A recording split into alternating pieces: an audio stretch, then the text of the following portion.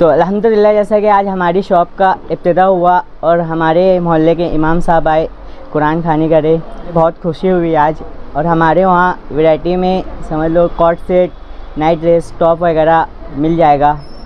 और हमारी दुकान का एड्रेस मोहम्मद अली रोड, दिलकश मेहंदी कोन वाले के सामने वाली गली, मालेगांव सोनोग्राफी के सामने। ये समझ लो ये ऐसे टॉप्स मिलेंगे आपको सिर्फ 350 रुपये में। इसमें कलर डिज़ाइन मिल जाएगी और ये ऐसे एक वैरायटी में आएगा। सिंपल में भी टॉप मिल जाएंगे और जीन्स पैंट वगैरह, कॉट सेट सब मिल जाएगा। नाइट ड्रेस में भी रहता है, सब कम से कम कीमत में रहेगा। कितने से स्टार्ट है यहाँ से 350 रुपये से नाइट ड्रेस स्टार्ट रहेगा और टी शर्ट 250 रुपये से और कॉट सेट 500-600 स्टार्ट। वालेकुम, यहाँ पे आज हमारी शॉप को ओपनिंग थी।